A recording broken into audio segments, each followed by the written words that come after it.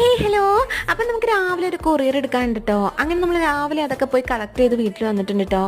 അങ്ങനെ ഈവനിങ് ഒക്കെ ആയപ്പോഴത്തേക്കും നമ്മളൊന്ന് പുറത്തേക്ക് ഇറങ്ങാണ്. എന്താണെന്ന് വെച്ചാൽ ഐശ്വര്യയുടെ കുറച്ച് സാധനങ്ങൾ സ്റ്റിച്ച് ചെയ്യാനുണ്ട്. അപ്പോൾ അത് കൊടുക്കാനായിട്ട് ഷീബാനിയുടെ വീടിൻ്റെ അടുത്താട്ടോ പോകുന്നത്. അങ്ങനെ നമ്മൾ പോകുന്ന വഴിക്ക് ഒരു പമ്പിലൊക്കെ കയറിയിട്ടുണ്ടായിരുന്നു. ആ ടൈമിൽ ഷീബാനി നമ്മുടെ കൂടെ ജോയിൻ ചെയ്തിട്ടുണ്ടാവും. പുള്ളിക്കാരുടെ ഡ്യൂട്ടി കഴിഞ്ഞ് ഇറങ്ങുന്ന ടൈമിലാണ് കേട്ടോ നമ്മൾ പോയത്. അങ്ങനെ നമ്മൾ ആളെയും കൂട്ടി നമ്മൾ നേരെ വീട്ടിലേക്ക് പോവാണ്. അപ്പോൾ പോകുന്ന വഴിക്ക് നമ്മൾ വേറെ ഷോപ്പിൽ ഇറങ്ങിയിട്ടുണ്ടായിരുന്നു കേട്ടോ.